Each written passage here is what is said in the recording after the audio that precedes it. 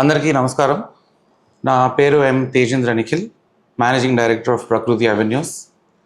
ఈరోజు ఏపీలో number 1 real estate కంపెనీగా నిలబడిన ప్రకృతి అవెన్యూస్ స్టార్ట్ చేసింది శ్రీ అంజబాబు గారు, చైర్మన్ ఆఫ్ ద కంపెనీ. ఆయన 35 ఏళ్ళ అనుభవం చాలామందికి స్ఫూర్తినిచ్చి చిరస్థాయిలో నిలబడ్డారు. సో ఈరోజు ప్రకృతి అవెన్యూస్ ఏపీలో నంబర్ 1గా ఉండడానికి ముఖ్య కారణం ఆయన.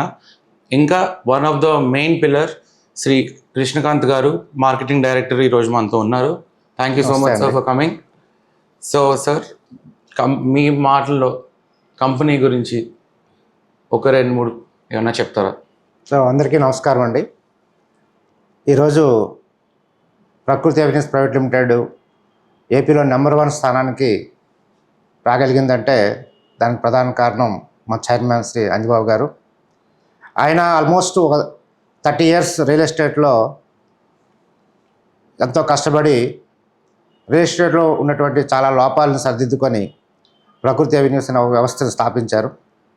ఇప్పుడు ఈ ప్రకృతి వ్యవస్థ కూడా దాదాపుగా విశాఖపట్నం, అలాగే హైదరాబాదు, తెలంగాణ ఏరియాల్లో, అలాగే ఒరిస్సాలో కూడా దాదాపుగా 20 సంవత్సరాల నుంచి రియల్ ఎస్టేట్ యాక్టివిటీస్లో మేము ముందున్నాం. సో ఇది మాకందరికీ ఒక గర్వకారణం. మేము మిడిల్ క్లాస్ సెగ్మెంట్ని టార్గెట్ చేసి ప్రాజెక్టులు లాంచ్ చేయడం జరిగింది. ఈరోజు లక్షలాది మంది కస్టమర్స్ ప్రకృతి ప్రాజెక్ట్స్లో ఉన్నారు. సో మేము భవిష్యత్తులో కూడా ఇంకా ముందుకు వెళ్ళాలనే ఆలోచనతో, ప్లాన్ ఆఫ్ యాక్షన్తో ఉన్నాం. సో ఇదంతా మా అందరి కృషి. ఒక మంచి ఎస్టాబ్లిష్మెంటు ఈ 3 రాష్ట్రాల్లో గౌరవనీయులు చైర్మన్ గారు చేయగలిగారు. సో రాబోయే రోజుల్లో కూడా ఇంకా మేము ముందుకు వెళ్ళాలనుకుంటున్నామండి. మీ ప్రకృతి అవెన్యూస్తో మీ జర్నీ ఎలాంటిది సార్? ఎక్కడ స్టార్ట్ అయింది, ఎలాంటిది? సో ప్రకృతి అవెన్యూస్కి స్టార్టింగ్ వైజాగ్లో ఎస్టాబ్లిష్ చేసేటప్పుడు నేను ఫస్ట్ డే వచ్చాను. దట్ టైం నేను అప్పటికే రియల్ ఎస్టేట్ మార్కెట్లో ఉన్నాను. ఆల్మోస్ట్ ఓ 10 years మార్కెటింగ్ సెక్టర్లో ఉన్నా. సో ఫస్ట్ డే నుంచి కూడా నేను వైజాగ్లో మనం 2006 నుంచి యాక్టివిటీస్ స్టార్ట్ అయ్యాయి మనకి. అక్టోబర్ 2 ఆల్మోస్ట్ ఈ 2 అక్టోబర్కి 20 years మన జర్నీ వైజాగ్లో స్టార్ట్ అయ్యింది. సో అప్పటి నుంచి కూడా మనం దాదాపుగా మోర్ దెన్ 100 ప్రాజెక్ట్స్ మనం లాంచ్ చేయడం జరిగింది వైజాగ్లో. సో నేను ఫస్ట్ డే 1 manగా ఆర్గనైజేషన్ మార్కెటింగ్ సెక్టార్లోకి వచ్చాను. బట్ ఈరోజు మన ఆర్గనైజేషన్స్ ఒక 25 branches ఎస్టాబ్లిష్ చేయగలిగాం త్రూఅవుట్ ఏపీ అండ్ తెలంగాణ, ఒరిస్సాలో కలిపి. సో ఆల్మోస్ట్ నాకు తెలిసి మనం ఇప్పటికీ 2000 మార్కెటింగ్ స్టాఫ్ ఉన్నారు, 120 members స్టాఫ్ ఉన్నారు, అడ్మిన్ స్టాఫ్ కూడా మనతో అసోసియేట్ అయి ఉన్నారు. అంటే ఇది గొప్ప డెవలప్మెంట్ నేను ఎక్స్పెక్ట్ చేస్తున్నాను. గుడ్ ప్రజెంట్ అయితే మనం. సో ఇప్పుడు ఏపీలో నంబర్ 1 అనే పొజిషన్కి రావాలంటే దానికి వచ్చే అడ్వాంటేజ్ కంటే దానికి పడ్డ కష్టాలు ఎన్నో ఉంటాయి. అలా ఎంత కష్టపడితే రావాల్సి వచ్చిందో అవి ఏమైనా షేర్ చేసుకోగలరా? అంటే ఇది చాలా అంత ఈజీ ఏం కాదు. రియల్ ఎస్టేట్ బిజినెస్ అనేది ఈ రోజుల్లో అందరూ ఎక్స్పెక్ట్ చేసినట్టు కాదు. వెరీ వెరీ డిఫికల్ట్ థింగ్స్ ఉంటాయి. Land acquisition very typical thing. అలాగే మార్కెటింగ్ ఈజ్ ఇంకా సవాలు. సో మార్కెటింగ్ బేసికల్గా మొదటి నుంచి అంజబాబు సార్ మా చైర్మన్ గారు మార్కెటింగ్ రంగంలో ఉండడం వల్ల లిటిల్ బిట్ మాకు ఈజీ అయింది. How to promote the product అనేది, మార్కెటింగ్ని డెవలప్ చేసుకోవడం. అండ్ మెయిన్ టార్గెట్ కూడా మార్కెటింగ్ సెక్టర్ మీదే ఎక్కువగా కాన్సన్ట్రేషన్ చేసేవాళ్ళు. సో అది బాగా హెల్ప్ అయింది. మనం లాంగ్ స్టాండింగ్ 2 సంవత్సరాలు మార్కెట్ ఉన్నామంటే ఆయన main priority the given to the marketing people. Specially వాళ్ళు ఎలాగ సర్వైవల్ చేయొచ్చు, వాళ్ళ లైఫ్ కోసం, వాళ్ళ భవిష్యత్తుని ఎలాగ గ్రో అప్ అనేది ఆయన ఎక్కువగా వాళ్ళు కాన్సన్ట్రేషన్ చేయడం వల్ల పీపుల్ ఆయనతో బాగా బాండింగ్ అయ్యి హ్యాబిటేట్ అయ్యి ఉన్నారు. అది కంపెనీకి బాగా కలిసి వచ్చింది. బేసిక్గా సేల్స్ విషయంలో చాలామంది వాళ్ళు ప్రొడక్ట్ని కానీ, లేదంటే వాళ్ళ ఫైనాన్షియల్ బెనిఫిట్స్ కానీ, ప్రాఫిట్స్ మీద కాన్సన్ట్రేషన్ చేస్తారు. బట్ చైర్మన్ మన అంజబాబు సార్ అయితే డెఫినెట్గా మార్కెటింగ్ అనేది ఆయనకు ఒక ప్యాషను. అక్కడ ఉన్న పీపుల్తో ఆయన బాండింగ్నే ఆయన దాన్ని ఎసెట్గా ఫీల్ అవుతారు ఇప్పుడు కూడా.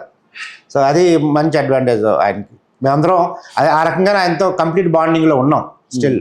సో ఎవ్రీబడి ఆల్మోస్ట్ ఈ 20 years జర్నీలో దాదాపుగా 100 and above పీపుల్ అప్పటి నుంచి పనిచేస్తున్నారు మన దగ్గర. అది చాలా గ్రేట్. మార్కెటింగ్ ఈరోజు మార్కెటింగ్లో every 1 yearకి, every 2 yearsకి పీపుల్ మారిపోతారు డిఫరెంట్ కాన్సెప్ట్స్లో. బట్ మన దగ్గర 20 years నుంచి సీనియర్స్ అందరూ కూడా ట్రావెల్ అవుతున్నారంటే అదొక రకమైన ప్రకృతి బాండింగ్ అని చెప్పొచ్చు. బయట మార్కెట్లో ఉన్నది ఏపీలో నంబర్ 1 కంపెనీ అనే దానికంటే ప్రకృతి అనేది ఒక కుటుంబంలా ఉంటుంది అని అంటారు. దానికి ఏమంటారు? అదే అది 100% నిజం.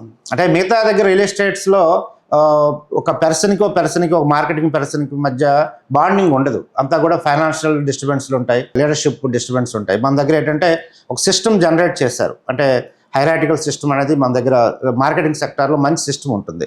సో ఏ ఒక్కరు వర్క్ చేసినా, ఏ ఒక్క మార్కెటింగ్ పర్సన్ పనిచేసినా ఆ ఫైనాన్షియల్ బెనిఫిట్స్ చిన్న చిన్న అమౌంట్స్ అందరూ షేర్ చేసుకుంటారు. అది కంపెనీకి లాంగ్ స్టాండింగ్ అనమాట. సో అలాగే ఫ్యామిలీ రిలేషన్షిప్ కూడా బాగుంటుంది. ఏ మీటింగ్స్ జరిగినా, ఏ ఫంక్షన్స్ జరిగినా అక్కడ ఎక్కడ బిజినెస్ యాక్టివిటీ ఉండదు, అందరూ కలిసి ఉంటుంది. బట్ ఈవెన్ చైర్మన్ గారు కానీ, మేనేజింగ్ డైరెక్టర్స్ కానీ వీళ్ళందరూ కూడా ఒక ఫ్యామిలీ లాగా యాక్టివ్గా ఉంటారు. అది ఎక్కడ ఆ డిఫరెన్షియేషన్ ఉండదు. That is the great. I feel happy. ప్రకృతి మొత్తం శ్రీ అంజుబాబు గారిని చైర్మన్ అనే దానికంటే ఒక తండ్రి స్థానంలో పెడతారు అని అంటారు. అది 100%. ఆయన ఎప్పుడు చైర్మన్లా ఎప్పుడు ఫీల్ అవ్వరు. ఎక్కడ ఏ పార్టీస్లో అవ్వచ్చు, మీటింగ్స్లో అవ్వచ్చు, బయట యాక్టివిటీస్లో అవ్వచ్చు, ఆయన ఎప్పుడు నేను చైర్మన్ అలా ఉండదు. ఎప్పుడు అందరితో కలిసి ఉంటారు. ఇంకా చెప్పాలంటే నాకన్నా నేను ఒక మార్కెటింగ్ హెడ్ని, కానీ బయట వాళ్ళందరూ కూడా ఆయనే మేజర్ యాక్టివ్ రోల్ ఉంటుంది. ఆయనతోనే ఇంటరాక్షన్ ఎక్కువ ఉంటుంది. Any time anybody will touch with him. ఆయన దగ్గరికి వెళ్తారు, కలుస్తారు, మాట్లాడతారు. They can share their problems also share చేసుకుంటారు. ఆయన ఆ రకంగా సపోర్ట్ చేస్తారు వాళ్ళకి. అది డెఫినెట్గా అది ఉంది ఆయన దగ్గర. మీకు మరియు శ్రీ అంజుబాబు గారిది ర్యాపో ఎలా ఉంటుంది? మీ జర్నీ ఎలా స్టార్ట్ అయింది? అంజుబాబు గారు యాక్చువల్గా అదే చెప్తున్నాను కదా, నేను ఒక మార్కెటింగ్ పర్సన్నే. బట్ బేసిక్గా అదర్ రియల్ ఎస్టేట్ సెక్టార్లో మార్కెటింగ్ పర్సన్కి అంత ప్రయారిటీ ఇవ్వరు. బట్ అంజుబాబు గారు ఏంటంటే కంప్లీట్గా నాకు ప్రయారిటీ ఇచ్చారు. నేను దాదాపుగా 20 years ఆయనతో అసోసియేట్ అయి ఉండడానికి కారణం కూడా అదే. ఎందుకంటే ఏ రకమైన ఆలోచనలు కానీ, ప్రాజెక్ట్ సెలక్షన్స్లో కానీ, లేదా సేల్స్లో కానీ ప్రెజర్ ఇవ్వరు. ప్రాజెక్ట్ సెలక్షన్ కూడా ప్రయారిటీ మార్కెటింగ్కే ఇస్తారు. ఆయన ఏదో ల్యాండ్ తీసుకొని ఇది అమ్మాలని ఎప్పుడు కూడా ప్రెజర్ పెట్టుండదు. So any selection of product marketing వాళ్ళు సెలెక్ట్ చేసుకొని ఇది ఈ రేటుకి అమ్మగలుగుతాము, లేదా ఈ ప్రాజెక్ట్ అయితే కస్టమర్స్కి అడ్వాంటేజ్గా ఉంటుందని మేము ఫీల్ అయిన తర్వాత ఆయన చెప్తే దాన్ని నేను పర్చేజ్ చేసే సందర్భాలు ఉన్నాయి తప్ప ఆయనకి ఏదో తక్కువ రేటుకి వస్తుంది, లేదంటే అది బెటర్ ఫ్రెండ్స్ ఇచ్చారని చెప్పి ప్రాజెక్ట్ చేయాలని ఎప్పుడు కూడా ఆయన మాకు ప్రెజర్ పెట్టలేదు. అది నాకు చాలా హ్యాపీ థింగ్. ఎందుకంటే మేము మాకున్న ఎక్స్పీరియన్స్లో ఒక కస్టమర్స్కి ఏ రకమైన ప్రాజెక్టు ఈరోజు ఎలా ఉపయోగపడుతుంది, భవిష్యత్తు ఎలా ఉపయోగపడుతుంది అన్నది ఒక అనాలిసిస్ తెలుసు. కాబట్టి ఆయన ఆ విషయంలో మాకు కంప్లీట్గా ఫ్రీడమ్ ఇచ్చారు. కాబట్టి అది నాకు చాలా నచ్చింది. సో మేమందరం కూడా ఆయనతో లాంగ్ టర్మ్ అసోసియేట్ అవ్వడానికి ఒక పెద్ద రీజను. అండ్ ప్రైస్ ఏదైనా మార్కెట్లో ఓ ప్రైస్ మార్కెట్ చేయాలన్నా అది ఆల్మోస్ట్ మార్కెటింగ్ వాళ్ళకి వదిలేస్తారు. ఈ రేటుకి మీరు అమ్మాలనుకుంటున్నారా, సరే ఈ రేటుగా ప్రొసీడ్ అవ్వండి. సో ఆయనకి ఎంత వర్కౌట్ అవుతుంది అనేది కూడా ఎక్కువ ప్రయారిటీగా తీసుకోరు. కస్టమర్ మార్కెటింగ్ వాళ్ళు సేల్స్ డెవలప్ చేసుకోగలిగితే, వాళ్ళకి ఫైనాన్షియల్ బెనిఫిట్స్ రాగలిగితే వాళ్ళు ఎక్కువగా కంపెనీతో అసోసియేట్ అయి ఉంటారనేది ఆయన కోణం. అదే ఆయన ఎప్పుడు కూడా ఫాలో అవుతుంటారు. సో ఈరోజు ఇంత పెద్ద ప్రకృతి ఫ్యామిలీ ఏర్పడడానికి కూడా ఆయనకి ఉన్న కన్సర్న్ అది బాగా ఉపయోగపడింది అందరికి కూడా. సో ఇప్పుడు ప్రకృతిలో 3 పిల్లర్స్ అంటారు. ఒకటి శ్రీ అంజుబాబు గారు, ఇంకోటి కృష్ణకాంత్ గారు, మీరు, ఇంకొకరు Parashuram sir. Great. So Parashuram sir గురించి ఏమన్నా, ఆయన రోల్ ఎంత ఇంపార్టెంట్ ఉంది, ఆయన ఏంటి? పరశురామ్ గారి రోల్ యాక్చువల్గా వెరీ క్రూషియల్ రోలు బేసిక్గా చెప్పాలంటే. ఎందుకంటే మెయిన్ ఆయన మన కంపెనీ ప్రకృతికి అయితే ఆయన ల్యాండ్ ఎక్విజేషను, అలాగే ఉడా డెవలప్మెంట్స్, ఉడా అప్రూవల్స్, డెవలప్మెంట్స్ యాక్టివిటీస్ ఆయన మొదట ఈ 20 years నుంచి ఆయన చాలా ప్రాజెక్టులు తీసుకురాగలిగారు. అది ఒక పరశురామ్ గారికి, అలాగే అంజుబాబు గారికి అండ్ నాకు ఉండే ఈ కాన్సెప్ట్ అనేది మన ప్రకృతి ఆర్గనైజేషన్కి ఒక పెద్ద అసెట్ అని నేను ఫీల్ అవుతాను. ఎందుకంటే ఇంత కోఆర్డినేషన్ ఎవరి దగ్గర ఉండదు. సో ఆయన కూడా డే అండ్ నైట్ వర్క్ చేస్తుంటారు. ప్రకృతిలో ఉన్న అందరికి కూడా ఇంక వేరే ఆలోచనలు ఉండవు, అందరికి కూడా పని చేసుకోవడం. సో ఆయన కూడా మనకి చాలా ప్రాజెక్టులు విత్ గుడ్విల్, ప్రకృతి గుడ్విల్, అంజుబాబు గారి గుడ్విల్, పరశురామ్ గారి తాలూకా రెగ్యులర్ యాక్టివిటీస్ మార్కెట్లో, వైజాగ్ రియల్ ఎస్టేట్ మార్కెట్లో ఒక మంచి నమ్మకాన్ని కలిగించాయి అందరికి కూడా. సో మనకి ఎవరైనా ల్యాండ్స్ ఇవ్వాలన్నా చాలా హానెస్ట్గా ఇస్తారు. ఎందుకంటే మనకుండే మార్కెటింగ్ స్ట్రెంగ్త్ చూస్తారు. పరశురామ్ గారి తాలూకా వర్క్ స్టైల్, అంజుబాబు గారి తాలూకా గుడ్విల్ అనేది ప్రకృతికి ఒక పెద్ద అసెట్. అది డెఫినెట్గా రాబోయే రోజుల్లో ఇంకా పెద్ద అసెట్స్ కింద, పెద్ద ఆర్గనైజేషన్ కింద మారడానికైతే స్కోప్ ఉంది. సో మీ 3 బాండింగ్ ఏ ఆఫీస్లో ఎలా ఉంటుంది, అవుట్ ఆఫ్ ద కంపెనీ ఎలా ఉంటుంది? ఆఫీస్లో వాళ్ళు సిస్టమేటిక్గా ఉంటుంది. ఎక్కడ కూడా బాండ్ ఎవరి రోల్స్ వాళ్ళు చాలా సీరియస్గానే ప్లే చేస్తారు. ఇప్పుడు అంజుబాబు గారి రోల్ అంజుబాబు గారి నా రోల్, అలాగే ఎక్కడ కాంప్రమైజింగ్ ఉండదు. ఇప్పుడు ఇక్కడ మార్కెటింగ్లో ఏదైనా సేల్స్లో కానీ తర్వాత విషయాల్లో కానీ ల్యాండ్ డెవలప్మెంట్ విషయాల్లో కానీ ఎవరు కాంప్రమైజ్ తీసుకోరు, ఎవరు రోల్ వాళ్ళు బాగా చేస్తారు. బయటకు వచ్చిన తర్వాత is a good out of work వెకేషన్స్లో వాటిలో కూడా చాలా హ్యాపీగా ఎంజాయ్ చేస్తాం, డిస్కస్ చేసుకుంటాం. బట్ ఆఫీస్ ప్రిన్సెస్కి వచ్చేసరికి మంచి ఎవరి రోల్లో వాళ్ళు సీరియస్గానే వర్క్ చేస్తాం. ఓకే, ఈరోజు చాలా బయట ఎనీ కంపెనీలో చూస్తే ఒక వారంలో ఒక కంపెనీలో ఉంటున్నారు, ఇంకో వారంలో ఇంకో కంపెనీ, జాబ్లు కానీ మార్కెటింగ్ వాళ్ళు కానీ అలా మారుతున్నారు. కానీ ఈ ప్రకృతిలో ఉన్న మార్కెటింగ్ సిబ్బందులు అందరూ ఫస్ట్ నుంచి బిజినెస్ ఉన్నా లేకపోయినా మీ దగ్గర మీతో పాటు కలిసి అలా ఎలా అంటే ఇంకా పనిచేస్తూ ఉంటారు. ఎలా రిటైన్ చేస్తారు? అంటే మీరు స్కీమ్స్ ఇస్తారా, లేదా ఇంకా మార్కెటింగ్ స్ట్రక్చర్ పెంచుతారా, లేదా ప్రేమనిస్తారా? తేజ, యాక్చువల్గా ఈ పాయింట్కి వచ్చేసరికి first of all Vizag marketing సెక్టార్లో తక్కువ రెమ్యునరేషన్, తక్కువ ఇన్సెంటివ్స్ ఇచ్చే కంపెనీ ఏదైతే ఉందంటే అది ప్రకృతి. మిగతా కంపెనీ వాళ్ళు అట్రాక్షన్స్ వేరు, మన అట్రాక్షన్స్ వేరు. ఫస్ట్ మనది family bonding. The selection of marketing people మనం జనరల్గా ఏంటంటే మనకు లాంగ్ జర్నీ ఉండడం వల్ల చిన్న అంటే అప్పుడే డిగ్రీ కంప్లీట్ చేసి పీజీ కంప్లీట్ చేసి లేదా ఇంజనీరింగ్ చదువుకున్న పిల్లలు మన దగ్గరికి ఎక్కువ వచ్చేవాళ్ళు. వాళ్ళని చిన్నగా ట్రైన్ చేసుకుంటూ అంటే దే ఆర్ కమింగ్ టు ప్రకృతి అట్ 0 స్టేజ్. బట్ మనం ఏంటంటే వాళ్ళకి ప్రాజెక్ట్స్ కంటిన్యూస్గా ప్రాజెక్ట్ ఉండడం వల్ల వాళ్ళు ట్రైన్ చేస్తూ ఫైనాన్షియల్గా ఒక 5 years ఒక 10 years అంటే ఒక 5,000 రూపీస్ ఎర్న్ చేసుకుందామని ప్రకృతికి వచ్చే ఒక మార్కెటింగ్ పర్సన్ ఒక 1 crore 5 crores ఎర్న్ చేసిన స్టేజ్కి ప్రకృతి ఒక స్టాండ్ ఇచ్చింది వాళ్ళకి.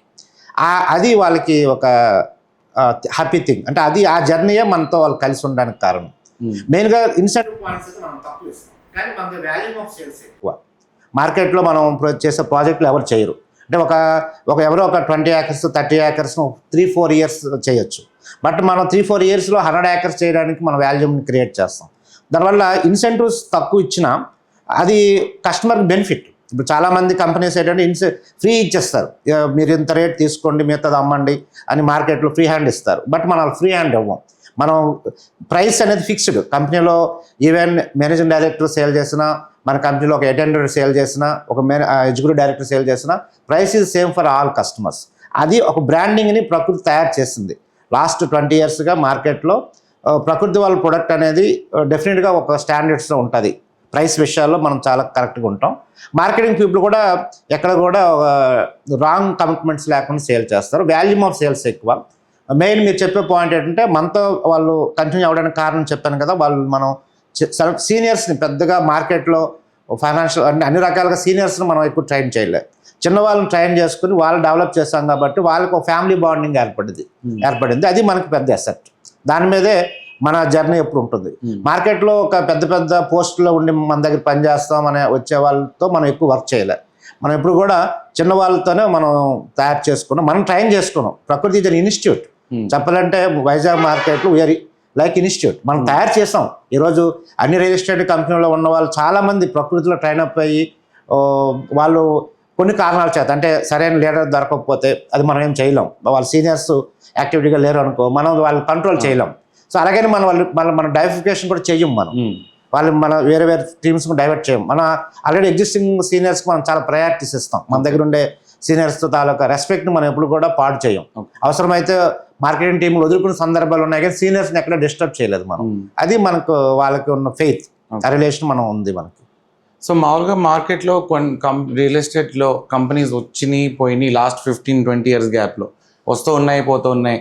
బట్ 15 years 20 years నుంచి కంపెనీ కన్సిస్టెంట్గా ఉండడానికి మెయిన్ రీజన్ అంటే కన్సిస్టెంట్గా అలా ఉండిందా, లేదా మధ్యలో కష్టాలు ఉన్నాయా? అవి ఒకవేళ ఉంటే ఎలాంటివి? చాలా చాలా చాలా ప్రాబ్లమ్స్ ఫేస్ చేసాం ఇన్ జర్నీ. మనం ప్రకృతి ఫేస్ చేసిన ప్రాబ్లమ్స్ అయితే చాలా ఎక్కువ. ఎందుకంటే మనం మార్కెట్లో వాల్యూము చూడాలని, అలాగే మిడిల్ క్లాస్ సెగ్మెంట్కి ప్రొడక్ట్ ఇవ్వాలనే ఆలోచన, తర్వాత ఈ కారణాల చేత మనం ఎక్కువ ల్యాండ్ ఎక్విజిషన్ చేయడం. ల్యాండ్ ఎక్విజిషన్స్లో కాంపాక్ట్స్ కానీ గవర్నమెంట్ అప్రూవల్స్ కానీ ఇవన్నీ మనం చాలా రకాలుగా ఫేస్ చేస్తాం. అవన్నీ స్టాండ్ అవ్వడానికి మనకు టైం పట్టింది. ఇన్ జర్నీ మనకి ఆల్మోస్ట్ ఈ కోవిడ్ ఎఫెక్ట్ ఒక 2 years 500 notes 1000 notes demonetisation effect బాగా ఎఫెక్ట్ అయ్యాం. ఇవి 2 తర్వాత మనకి చెప్పాలంటే ఇన్కమ్ ట్యాక్స్ రైడ్స్ రియల్ ఎస్టేట్లో కామను. ఇలాంటివన్నీ కూడా ఎవ్రీ 2-3 yearsకి మనకి ఏదో ఒక ఇంపాక్ట్ రావడం, దానివల్ల స్ట్రగుల్ అవ్వడం జరిగాయి. బట్ అందరం కూడా చైర్మన్ గారు ఇందులో చాలా ఈజీగా తీసుకుంటారు ఏ విషయాన్నైనా. ఆయన ఏదో భయపడరు దేనికి కూడా. సో ఆయనకున్న ఎక్స్పీరియన్స్ అనేది మనకి, ఆయన ధైర్యంగా ఉంటే కంపెనీ అంత ధైర్యంగా ఉంటుంది జనరల్గా, అంతే కదా.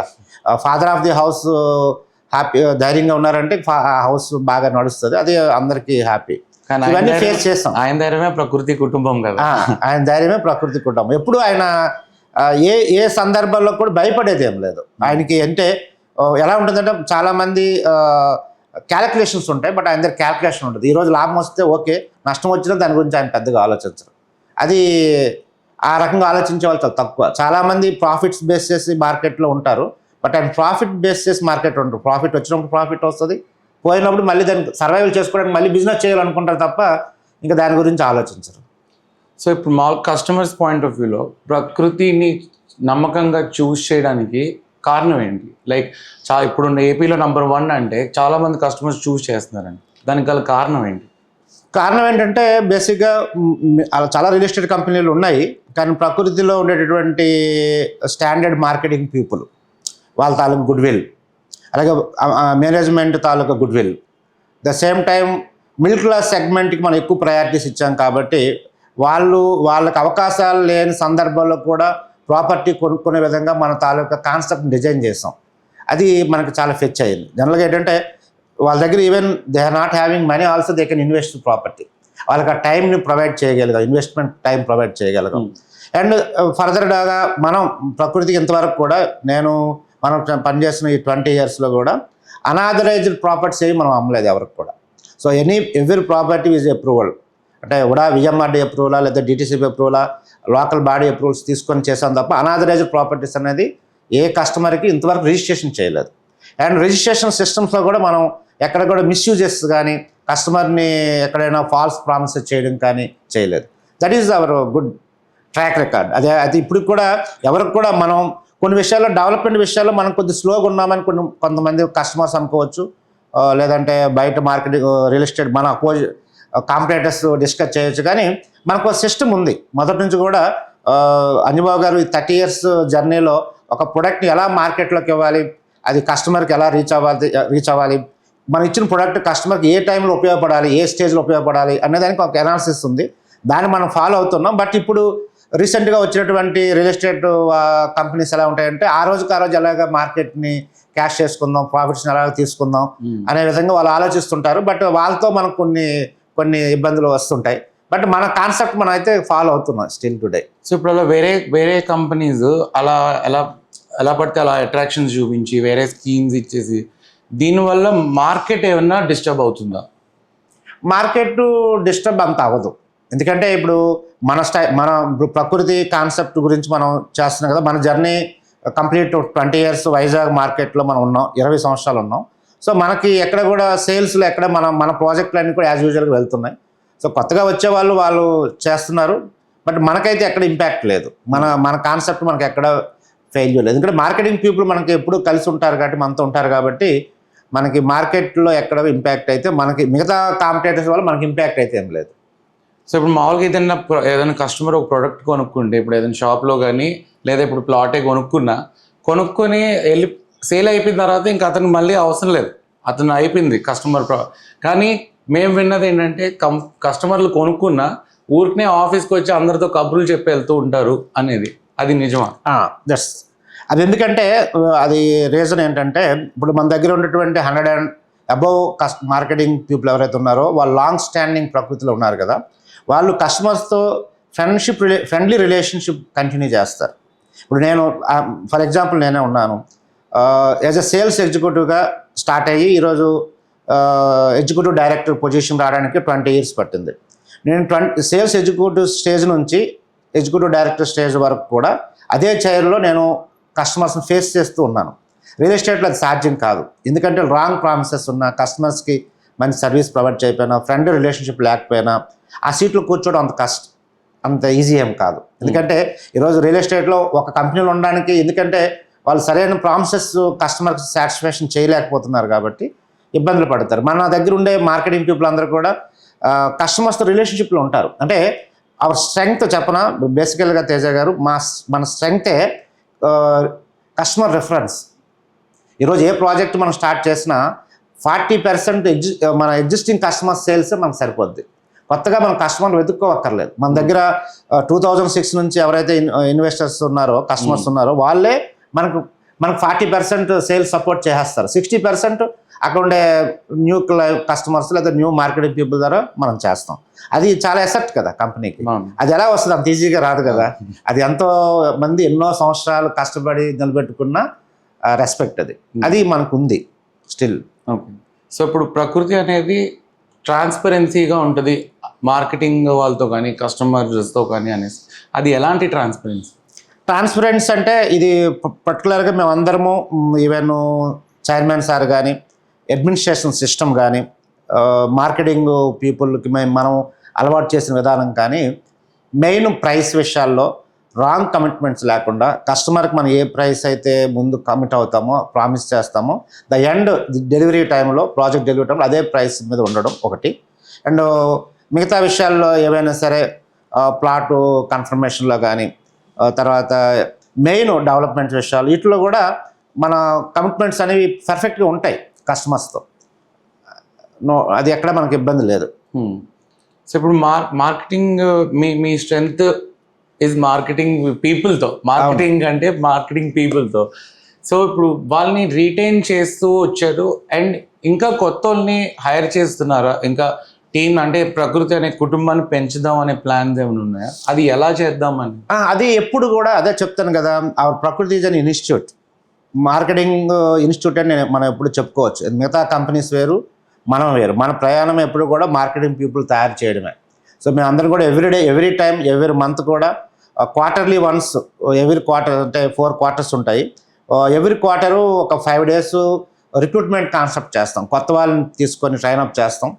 వీక్లీ వన్స్ ఆఫీస్లో సీనియర్స్ ద్వారా కొత్తగా వచ్చినటువంటి మార్కెటింగ్ పీపుల్కి ట్రైనింగ్ క్లాసెస్ కండక్ట్ చేస్తాం. అంటే మార్కెట్లోకి ఎలా వెళ్ళాలి, కస్టమర్తో ఎలా మాట్లాడాలి, ఎలాగ వాళ్ళు ఫ్యూచర్లో వాళ్ళు డిసిప్లిన్గా ఎలా ఉండాలి.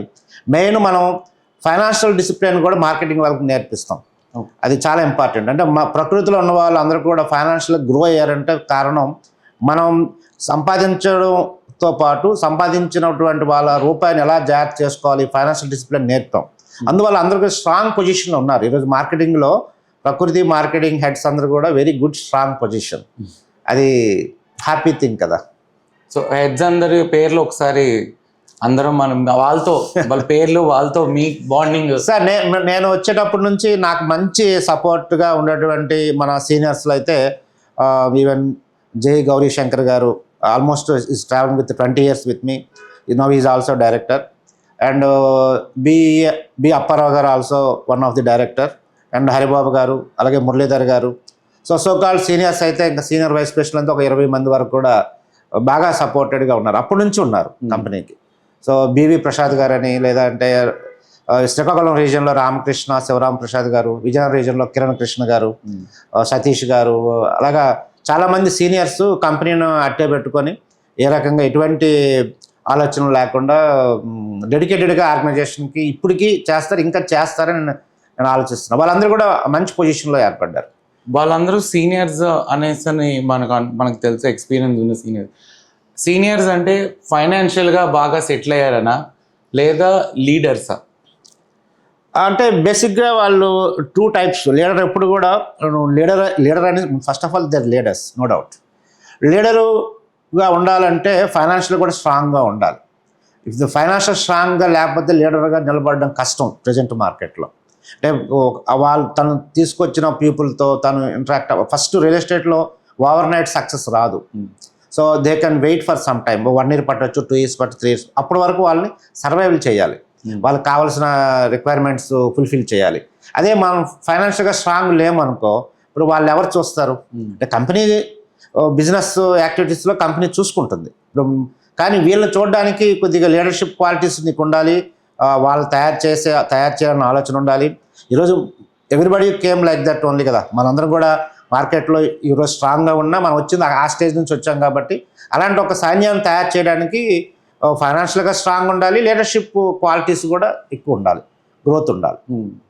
సో ఇప్పుడు ఒక ప్రాజెక్ట్ స్టార్ట్ చేసినప్పటి నుంచి అది క్లోజ్ అయ్యే వరకు ప్రకృతిలో ఒక బ్యాంక్ ప్రాసెస్ లాగా జరిగిపోతూ ఉంటుంది అనేసి విన్నాము. అది నిజమా? అంటే ఎవరి ఇన్వాల్వ్మెంట్ ఉన్నా లేకపోయినా ప్యాటర్న్ లో అది కరెక్ట్. అది ఒక అడ్మినిస్ట్రేషన్ సిస్టము మా చైర్మన్ గారు అంజబాబు గారు తయారు చేస్తారు. ఆయన ఒక 10 years ఆఫీసులో కూర్చొని ఎటు కదలకుండా ఒక సిస్టమ్ తయారు చేశారు. అది system it can run the company nowadays. ఇప్పుడు ఆయన ఎవరు ఎక్కడున్నా సరే సిస్టమ్ రన్ చేస్తుంది కంపెనీని. అది అంటే ప్లాటు కస్టమర్ నుంచి ఒక అప్లికేషన్ లాగిన్ అయిన దగ్గర నుంచి సీసీ డిపార్ట్మెంట్ ఉంటుంది కంపెనీలో. చాలామందికి సీసీ డిపార్ట్మెంట్ ఉండదు. సీసీ డిపార్ట్మెంట్ కంపెనీకి ఒక 30-40 మెంబర్స్ ఉంటారు. And administration department, assistant branch manager, deputy branch manager, branch manager, స్టాఫ్ని ఎక్కువ రిక్రూట్ చేస్తారు. Accounts departments. సో ప్రతి కాన్సెప్ట్లో కూడా వాళ్ళకి ఏ ఒక్క కస్టమర్ డేటా కూడా కస్టమర్తో ఇంటరాక్షన్స్ పెంచుతారు.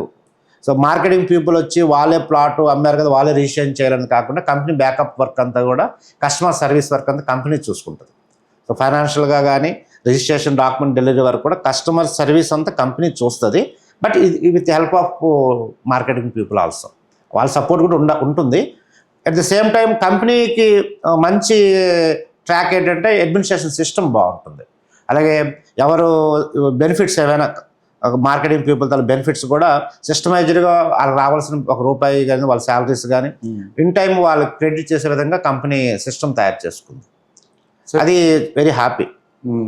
మార్కెటింగ్ వాళ్ళకి కమిషన్స్ కానీ లేదా కస్టమర్కి ఒక రిజిస్ట్రేషన్ ప్రాసెస్ కానీ ఇవి ఆన్ టైం జరుగుతాయా లేదంటే మామూలుగా డిలే అవుతూ ఉంటాయా? మ్యాక్సిమం మనం ఆన్ టైం చేస్తాం. ఏ మంత్కి ఆ మంత్ రిజిస్ట్రేషన్స్ అయితే as early as possible. First priority కస్టమరే. వాళ్ళు పేమెంట్స్ కంప్లీట్ చేశారంటే రిజిస్ట్రేషన్ డాక్యుమెంట్ 1 weekలో ఇవ్వడానికి మ్యాక్సిమం ప్రయత్నం చేస్తాం మనం. సో 1 weekలో వాళ్ళు డెలివరీ చేస్తాం. ఫైనాన్షియల్ మార్కెటింగ్ బెనిఫిట్స్ ఏవైతే ఇన్సెంటివ్స్ ఉంటాయో అవి మంత్లీ వన్స్ వాళ్ళు క్లియర్ చేసేస్తాం. వాళ్ళు డైరెక్ట్ వాళ్ళ అకౌంట్కి క్రెడిట్ చేస్తాం. వాళ్ళు ఎవరు వచ్చి మన ఆఫీస్కి వచ్చి వెయిట్ చేయవలసిన పని కానీ లేకపోతే వాళ్ళకి రావాల్సిన ఇన్సెంటివ్ కోసం మేనేజర్ దగ్గర లేకపోతే హెడ్స్ దగ్గర కూర్చొని అడగవలసిన అవసరం ఉండదు. డైరెక్ట్గా బ్యాంక్ అకౌంట్స్కి వాళ్ళకి క్రెడిట్ అయిపోతాయి. మంత్ ఎండింగ్లో వాళ్ళకి క్రెడిట్ చేస్తాం. ఓకే. ఇప్పుడు కస్టమర్ రిలేటెడ్ బిజినెసెస్లో అదేమి పూలదారి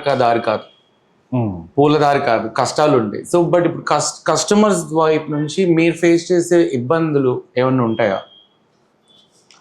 కస్టమర్స్ నుంచి ఫేస్ చేసే ఇబ్బందులు ఏంటంటే మనం ఫస్ట్గా కొంతమంది మిడిల్ క్లాస్ సెగ్మెంట్కి మనం ప్రొడక్ట్ డెలివరీ చేసేటప్పుడు వాళ్ళు ఫస్ట్ ఇంట్రెస్ట్ చూపిస్తారు, కొంత అమౌంట్ కట్టేస్తారు. ఫర్దర్గా రెగ్యులర్ పేమెంట్స్ కట్టడానికి కొద్దిగా ఇబ్బందులు పడుతుంటారు. సో అవి మనకు కొద్దిగా హడ్డీలు. యాక్చువల్గా ఏంటంటే మనం వాళ్ళు రెగ్యులర్ పేమెంట్స్ కడతారని జనరల్గా బ్యాంక్స్ మనకు లోన్ తీసుకున్నాం అనుకో ఈఎంఐ కడతామని ఎక్స్పెక్ట్ చేస్తుంది కదా బ్యాంకు. సో ఈఎంఐ కట్టినప్పుడు బ్యాంక్స్ తీసుకున్నటువంటి ప్రికాషన్స్ కానీ మనం చేయలేము కస్టమర్స్తో కాబట్టి మనం కొన్ని ఇబ్బందులు వాళ్ళతో వస్తుంటాయి. మేజర్గా అది ఎక్కువ హడ్డీలు ఫీల్ అవుతాం. వాళ్ళు మొదట్లో చూపించినంత interest once they committed property commit అయిపోయింది. సో వాళ్ళ ప్రాఫిట్లో వాళ్ళు ఓన్ ఫీల్ అవుతారు. ఫర్దర్ పేమెంట్స్ చేయడానికి మాత్రం మనకు ఇబ్బంది పెడుతుంటారు. అది మనం ఫేస్ చేస్తాం. సో వాళ్ళకి అది వన్స్ దే గివెన్ 10%, 20% అడ్వాన్స్ ఇచ్చిన వెంటనే అది మాది అయిపోయిందని ఫీల్ అయిపోయి ఫర్దర్గా మనకి మొదట్లో ఉండి చూపించిన ఇంట్రెస్ట్ చూపించరు. సో ఆ ఫర్దర్ పేమెంట్స్ క్లియర్ చేసుకొని రావడానికి ఇబ్బంది పడుతుంటాం. టైం డిలే చేస్తారు. కస్టమర్స్ ఏంటంటే వాళ్ళకి ఓన్ అయిపోయిన తర్వాత వీళ్ళు మనల్ని ఏమి ఇబ్బంది పెడతారులే తీసేస్తారేంటి మన టైం తీసుకోవడానికి ట్రై చేస్తారు. మొదట్లో వాళ్ళు 3 months అంటే అది 6 months 1 year చేస్తారు. బట్ మనకి దాని బ్యాకప్ మనకి ల్యాండ్ పేమెంట్స్ కానీ డెవలప్మెంట్ ఎక్స్పెండిచర్స్ ఇవన్నీ కూడా మనకు కొద్దిగా ఇబ్బంది పడతాయి. సో అది కస్టమర్స్ నుంచి మనం బేసిక్గా మనకి ఏం ఇబ్బందులు ఉండవు. ఫైనాన్షియల్ ట్రాన్సాక్షన్ దగ్గరే ఇబ్బందులు ఉండవు. మిగతావన్నీ మనకి కస్టమర్స్కి ఏమి ఉండదు, హ్యాపీగా వెళ్తాం. ఇప్పుడు మిగతా కంపెనీస్ ఇన్స్టాల్మెంట్స్ అనే పేమెంట్స్ ఇన్స్టాల్మెంట్స్ ఆప్షన్స్ ఇస్తాయి. కానీ ఈరోజు ఏపీలో ఏ కంపెనీ ఇవ్వండి ఒక ప్రకృతి అనేది బ్యాంక్ లోన్ ఆప్షన్ ఇస్తుంది. సో అంటే ఇన్స్టాల్మెంట్స్ కస్టమర్ పాయింట్ ఆఫ్ వ్యూలో కానీ కంపెనీ పాయింట్ ఆఫ్ వ్యూలో కానీ ఇన్స్టాల్మెంట్స్ బెటరా, బ్యాంక్ లోన్ అంటే దానివల్ల యాడ్ ఆన్ బెనిఫిట్ ఏమైనా ఉందా? అంటే జనరల్గా చెప్పాలంటే ఈఎంఐ బేస్ అనేది ఇన్వెస్ట్మెంట్ పాయింట్ ఆఫ్ వ్యూలో మంచి కాన్సెప్ట్. అంటే ప్రాపర్టీ ఇన్వెస్ట్మెంట్స్లో అవుట్స్కట్స్ వైపు మనం ఎక్కువగా ప్రాజెక్టులు ఉంటాయి కాబట్టి ఈఎంఐ కాన్సెప్ట్ చాలా మంచిది. సో వన్స్ అపాన్ టైం మనకి ఆంధ్రప్రదేశ్ తెలంగాణలో రేరా రాకముందు ప్రకృతి ఆర్గనైజేషన్ మనం ఇన్స్టాల్మెంట్ బేస్ని ఎక్కువ ప్రిఫర్ చేసాం కస్టమర్లకి. సో రేరా రెగ్యులేషన్స్ వచ్చిన తర్వాత మ్యాక్సిమం మనం అదే ఈఎంఐస్ని బ్యాంక్కి కన్వర్ట్ చేసాం. మనం ఒకప్పుడు మనమే ఈఎంఐస్ ఇచ్చి కస్టమర్ని అట్రాక్ట్ చేసాం, వాళ్ళకి అవకాశాలు ఇచ్చాం. బట్ రేరా రెగ్యులేషన్స్ వచ్చాయి కాబట్టి మన ఈఎంఐలు మనం ఇవ్వడానికి ఛాన్సెస్ తక్కువ ఉన్నాయి కాబట్టి మనం మనం వేసిన అన్ని ప్రాజెక్టులు కూడా బ్యాంక్ అప్రూవల్స్ తీసుకొని, ప్రాజెక్ట్ అప్రూవల్ తీసుకొని కస్టమర్స్కి బ్యాంక్ లోన్స్ ప్రొవైడ్ చేస్తున్నాం. సో అది యాక్చువల్గా న్యూ ఇన్వెస్టర్స్కి, అంటే ఇప్పుడు వచ్చే జనరేషన్ ఉన్న పిల్లలు కానీ వాళ్ళు ఇన్వెస్ట్మెంట్ వైపు అట్రాక్ట్ చేయాలంటే ఈఎంఐ కొద్దిగా బెస్ట్. ఎందుకంటే ఇప్పుడు మార్కెట్ అంతా కొద్దిగా హైప్లో ఉంది కదా, సో అంత ఇన్వెస్ట్మెంట్ ఒకేసారి వాళ్ళు పెట్టుకోలేరు. సో కానీ ప్రాపర్టీ కొనాలనే ఆలోచన అయితే వాళ్ళకి కంప్లీట్గా ఉంటుంది, అది బెస్ట్ ఆలోచన కూడా. సో దాన్ని అట్రాక్ట్ చేయడానికి ఈఎంఐ బెస్ట్. సో ఇప్పుడు మనం ఒక ప్లాట్ కానీ మన లేఅవుట్ ప్రాజెక్ట్స్లో ఒక ప్లాట్ కొనాలంటే ఒక ఇన్వెస్ట్మెంట్ కింద ఇట్స్ ఒక అసెట్ కింద కంటే ఇన్వెస్ట్మెంట్ కింద చూస్తారు. కానీ చాలామంది కస్టమర్స్ అంటే 1 yearలో పెరుగుతుందా అనే డైలమాలో ఉంటారు. అది కరెక్టా, లేదంటే ఒక ఇన్వెస్ట్మెంట్ అనేది ఒక 2-3 years వెయిట్ చేయాలా? 100% తేజ. యాక్చువల్గా ఏంటంటే ఇన్వెస్ట్మెంట్ అనేదే ఒక 5-10 years అనేది వెయిట్ చేయాలి ఇప్పుడు కూడా. 1 or 2 yearsలో ఇన్వెస్ట్మెంట్ చేసే ప్రాపర్టీస్ అనేవి ట్రేడింగ్ అంటాం దాన్ని. ట్రేడింగ్ వాళ్ళు అలా like they can do 6 months, 1 year, 2 yearsలో ప్రాపర్టీస్ ట్రేడ్ చేస్తారు. బట్ మనం ఎంకరేజ్ చేస్తుందంటే investment, long term investment. So మనం సెలెక్ట్ చేసే ప్రాజెక్టులు కూడా సిటీ కొద్దిగా అవుట్స్కట్స్లో మాస్టర్ ప్లాన్ పరిధిలో ఉండేటువంటి కూడా విఎంఆర్డిఏ పరిధిలో ఉండే ల్యాండ్స్ని మనం సెలెక్ట్ చేసుకుంటాం. అవి 5-10 years ఇన్వెస్ట్మెంట్ ఆప్షన్ కంపల్సరీ, చాలా బాగుంటుంది. అలాగే మీరు ఇందాక ఒక పాయింట్ అన్నారు రేరా అని. సో రేరా వచ్చే ముందుకి అది తీసుకొచ్చిన తర్వాత కంపెనీ, ప్రకృతి అనే కంపెనీకి కానీ రియల్ ఎస్టేట్ ఏ కంపెనీ కన్నా అడ్వాంటేజా డిసడ్వాంటేజా? 100% అడ్వాంటేజ్. ఇప్పుడుండే మార్కెట్లో చిన్న కంపెనీస్ మార్కెట్ని డిస్టర్బ్ చేయకుండా ఒక ప్రాంప్ట్ డెవలపర్స్ కానీ మంచి బిల్డర్లు కానీ ఏ ప్రాజెక్ట్ చేయాలన్నా, ఏ సేల్స్ చేయాలన్నా projects RERA registration is compulsory. So రేరాలో రిజిస్ట్రేషన్ అవ్వడం వల్ల డెఫినెట్గా కస్టమర్స్కి ఇచ్చేటటువంటి కాన్సెప్ట్ ఏదైతే ఉందో, అంటే బ్రోచర్లో మనం కమిట్మెంట్స్ ఏవైతే అవుతామో, ఎమ్యూనిటీస్ కానీ డెవలప్మెంట్స్ కానీ అవి కంపల్సరీగా కస్టమర్కి రీచ్ అవుతాయి. సో ఏదైనా ఒక డెవలపర్ ఫైనాన్షియల్గా సిక్ అయినా ఏదైనా ఇబ్బంది పడితే మధ్యలో వదిలే వెళ్ళిపోకుండా, కస్టమర్స్ బయర్స్ డిస్టర్బ్ అవ్వకుండా, వాళ్ళు లాస్ అవ్వకుండా RERA will given support to them. So రేరాలో మనకు వచ్చేసరికి పేపర్ వర్క్, లీగాలిటీ కూడా రేరా పోర్టల్స్లో మనకు సంబంధించినటువంటి ల్యాండ్ డాక్యుమెంట్స్ కానీ, ప్లాన్ అప్రూవల్స్ కానీ, ఇవన్నీ కూడా డెవలప్మెంట్ యాక్టివిటీస్ అన్నీ కూడా వాళ్ళు రేరా పోర్టల్లో ఇస్తారు. కస్టమర్స్ వాళ్ళు విజిబుల్, అవి బయట చూసుకొని మంచి కంపెనీస్ని సెలెక్ట్ చేసుకోవడానికి మంచి స్కోప్ ఉంది. సో అందరూ చేయలేరు, ఫార్మ్ ల్యాండ్స్ కాన్సెప్ట్లు అందరూ చేయలేరు కదా.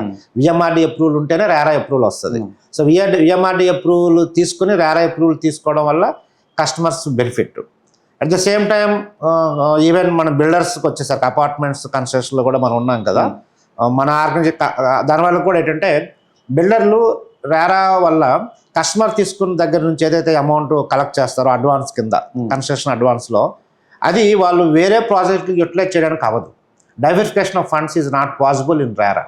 సో ఒక ప్రాజెక్ట్కి నేను ఒక ఫ్లాట్ కొన్నాను, నా డబ్బులు నేను ఏదైతే ఫ్లాట్కి ఇచ్చానో ఆ ఫ్లాట్కి వాళ్ళు ఇన్వెస్ట్ చేయాలి.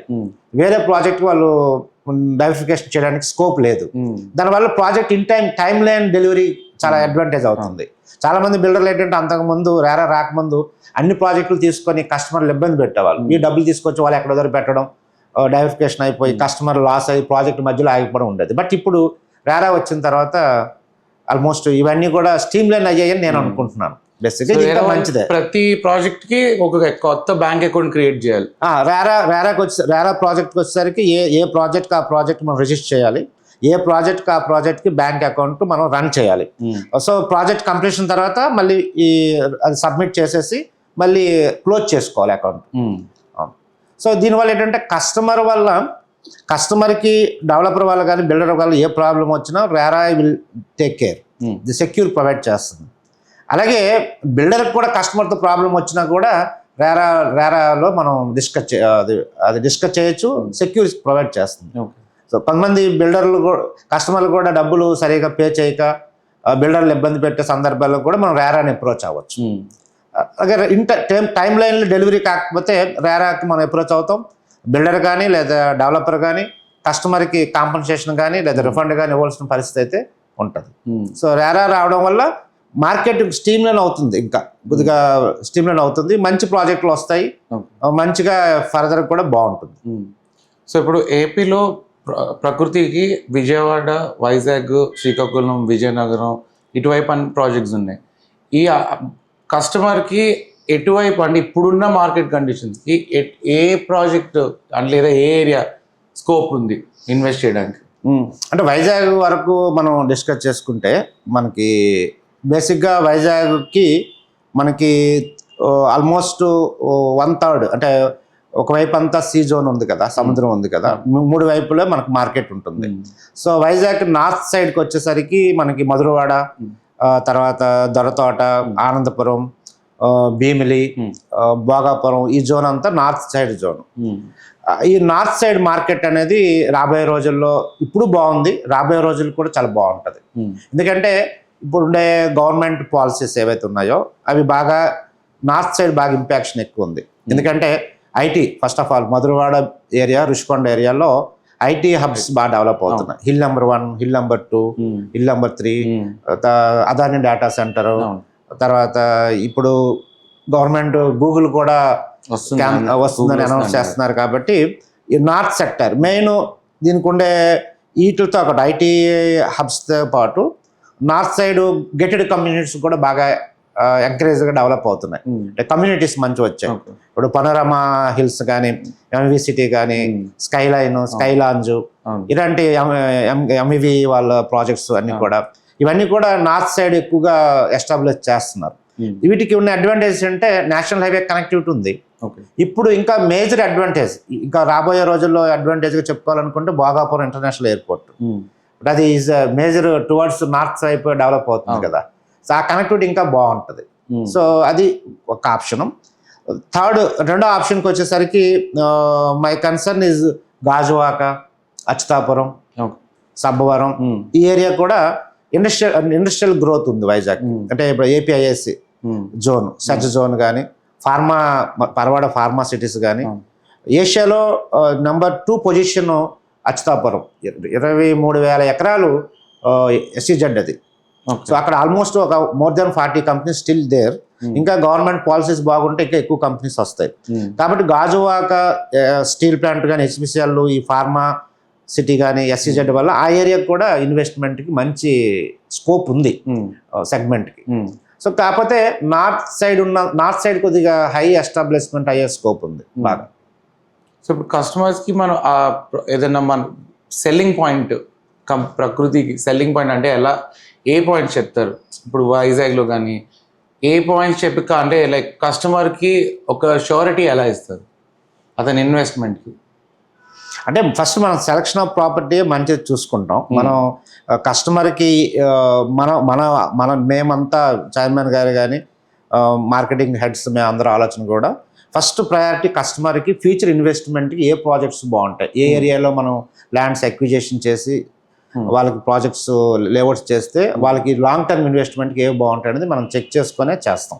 ప్రజెంట్ మార్కెట్కి సినారియో, ఫ్యూచర్ ఇన్ఫ్రాస్ట్రక్చర్ని దృష్టిలో పెట్టుకొని ఎటువైపు గ్రోత్ ఫ్యాక్టర్స్ ఉన్నాయో ఆ ఏరియాని మనం ప్రజెంట్ చేస్తున్నాం. యాక్చువల్గా మన ప్రకృతి గురించి వచ్చేసరికల్లా 2006 we started in first project in Bhogapuram. So అప్పటికి యాక్చువల్గా నేషనల్ హైవేని బేస్ చేసుకుని అటు వెళ్ళాం. ఆ తర్వాత నెమ్మదిగా మనం భోగాపురం ఏరియాలో స్టిల్ టుడే 2006 నుంచి 2025 వరకు కూడా మనం నెంబర్ ఆఫ్ ప్రాజెక్ట్స్ ఆల్మోస్ట్ ఒక 12 projects more than 200 acres projects మనం భోగాపురం సరౌండింగ్స్లో వేయగలిగాం. అంటే we started 2,500 per square yard in Bhogapuram. Now the selling price is 20,000 above.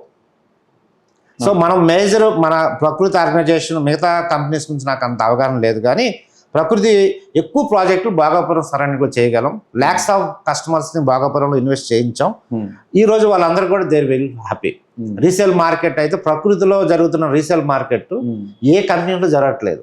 ఎందుకంటే మనం ఇవ్వడమే లో బడ్జెట్లో ఇచ్చాం.